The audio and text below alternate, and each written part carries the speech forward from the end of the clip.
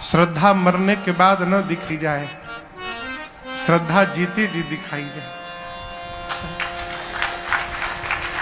माई बाप जीवित हैं, जीवन में एक गिलास पानी नहीं दिया, मरने के बाद 50,000 ब्राह्मणों को भोजन करा रहे हैं। इस भोजन का कोई मतलब नहीं होता, इसका कोई अर्थ नहीं है। जितना अपनी श्रद्धा दिखा सकते हैं, माता पिता जीवित हैं, दिखा लीजिए। ये अवसर फिर नहीं मिलने का, दोबारा नहीं मिलेगा। आपको एक घटना सुनाऊं मैं। एक आदमी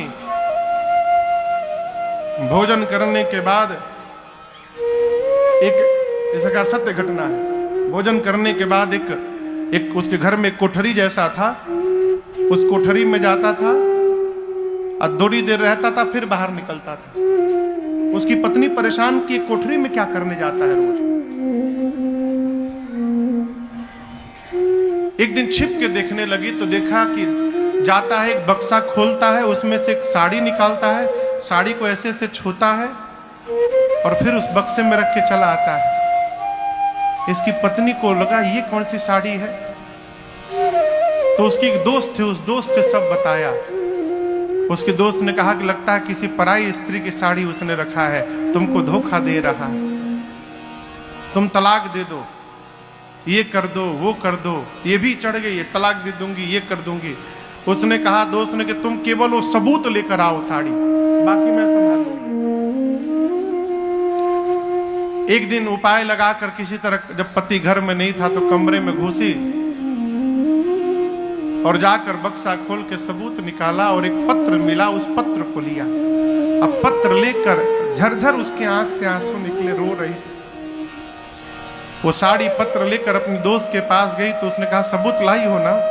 हाँ। साड़ी दिया, कहा इस साड़ी के साथ एक पत्र है, इसको भी एक बार पढ़ लो। उस पत्र में उसने लिखा था, वो साड़ी उसकी मां की थी। उसमें लिखा था, मां एक शिकायत है तुमसे, तुमने आज तक हमसे ये नहीं बताया कि खाना खाने के बाद, हाथ धोने के बाद कपड़े से हाथ नहीं पोंछना चाहिए। मैं बचपन से तुम्हारी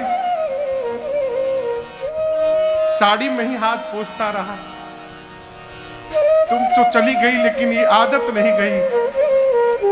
जब एक दिन तुम्हारी बहू की साड़ी में मैंने हाथ पोंछ दिया तो उसने मुझे बहुत जोर से फटकार लगाई, कहा ये बुरी आदत है।